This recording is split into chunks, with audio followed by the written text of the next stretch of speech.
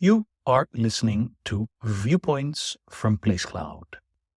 Cultural researchers tell stories of places from around the world. For the full multimedia experience and to support the creators you enjoy, visit placecloud.io.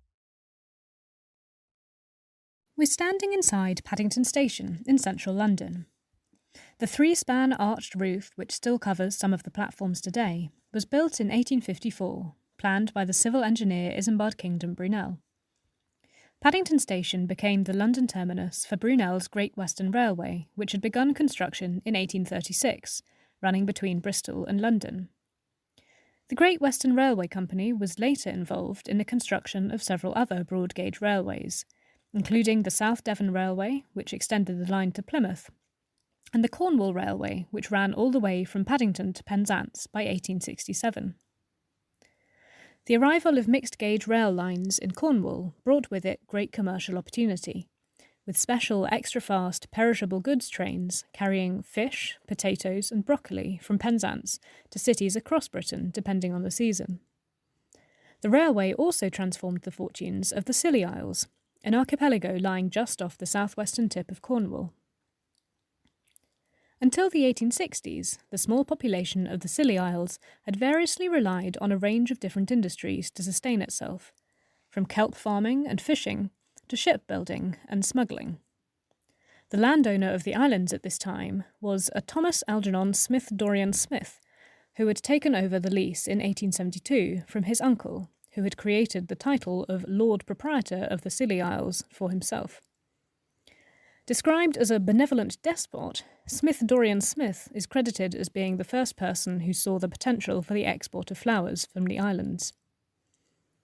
The geographical location of the Scilly Isles is influenced by the North Atlantic Current, which gives the islands an extremely mild climate, rarely having frost or snow. This climate gave the islands a great advantage in agricultural production, enabling local farmers to grow produce well ahead of farmers on the mainland. It was said that in the early 1870s, a few boxes of the island's semi-wild narcissi were gathered from gardens and orchards and sent to Covent Garden as an experiment. When a far greater sum of money was received than was expected, farmers on the islands began to grow flowers systematically for market.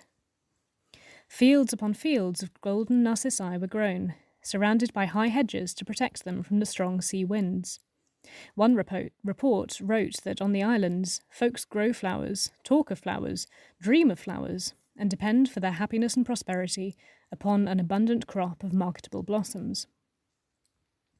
Many farmers specialised in different varieties of narcissus, some also exporting other flowers such as arum lilies and wallflowers.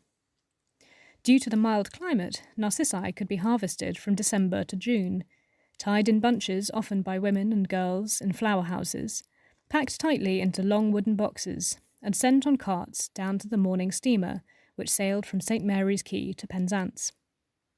One particularly good harvest at Easter time in 1894 recorded nearly 3,760 cases sent by steamer on one day to meet the demand for church decoration in the cities.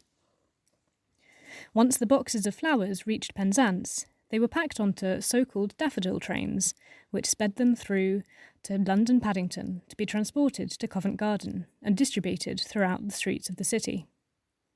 Thanks to the railway and the Paddington Daffodil Train, flowers that were once a luxury reserved for the rich became widely available for a few pennies a bunch, so that city dwellers might take home a nostalgic reminder of rural springtime.